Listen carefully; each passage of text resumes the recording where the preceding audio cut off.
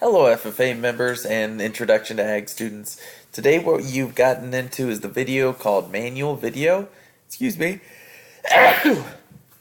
The manual video is going to give you this section of your Chapter 3 basic notes, the answers to that section. So let's divvy-davvy right into that.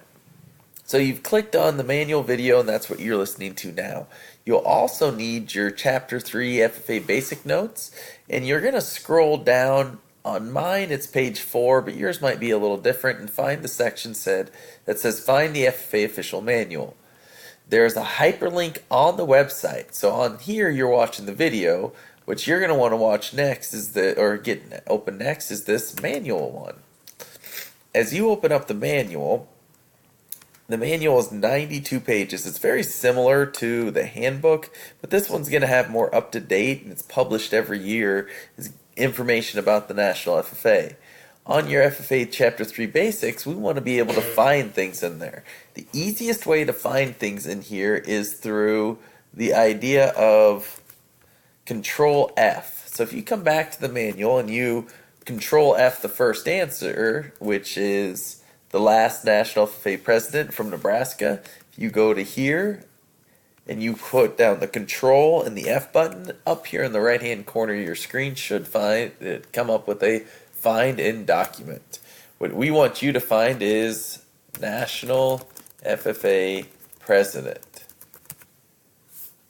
Here pops right up. In 1928 was a young man named Leslie Applegate.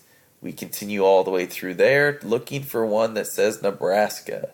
Nebraska. No Nebraskas. No Nebraskas. No Nebraska. Here's a Nebraska. There's another Nebraska. We keep going. We keep going. Oh, I think this is our last Nebraska. So Seth Durner.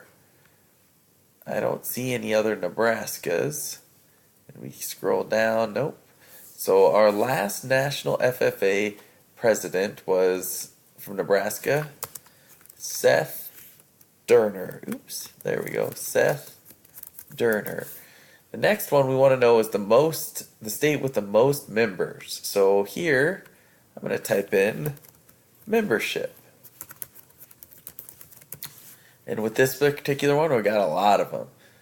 This one says diversity, that's not going to give me that. Oh, but this one here, and all he did was click on this little down arrow.